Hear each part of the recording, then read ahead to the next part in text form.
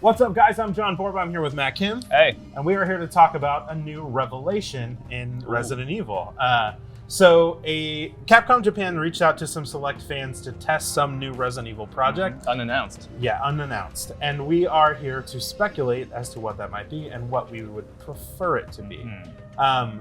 I know you have a very distinct perspective on this, so... After playing Resident Evil 2 Remake earlier this year, I'm convinced that Capcom should just go whole hog on the whole thing, you know? Just keep remaking all the older ones until they become Game of the Year contenders. That's fair. Resident Evil 2 was one of the best-selling games of 2019 and one of the best quality games of 2019, probably the most beloved based on a lot of polls that we've run on IGN. I personally think that lessons learned should contribute to new projects. So I feel like there's a lot to be taken from Resident Evil 8, the haunted house flavor, the really intense close quarter combat, and maybe even third person perspective going back that way.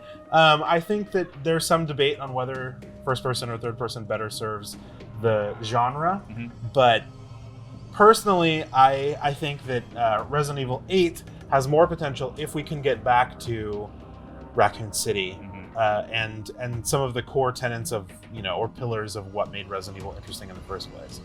I think we've spent way too much time debating in the Resident Evil series about, they need to go back to basics for the next one. They need to go back to basics for the next one. Why not just remake one of the basic ones with a whole new flavor?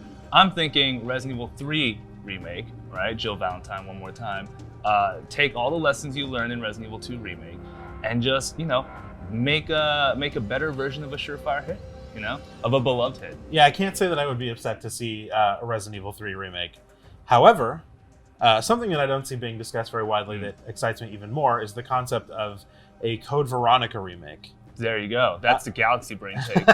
I think it's a perfect kind of middle ground and unexpected turn for Capcom to take, and I think that it tells an interesting story, ties back into the original trilogy, and is mechanically and story-wise very interesting. Oh yeah, it's definitely the most psychological of the older Resident Evil games. The Rockford Twins saga is flipping nuts, So I'd love to see that in the modern take. I mean, I would love to even see potentially Resident Evil 8 that kind of continues in that vein, if they were to do that and kind of tie back into the series.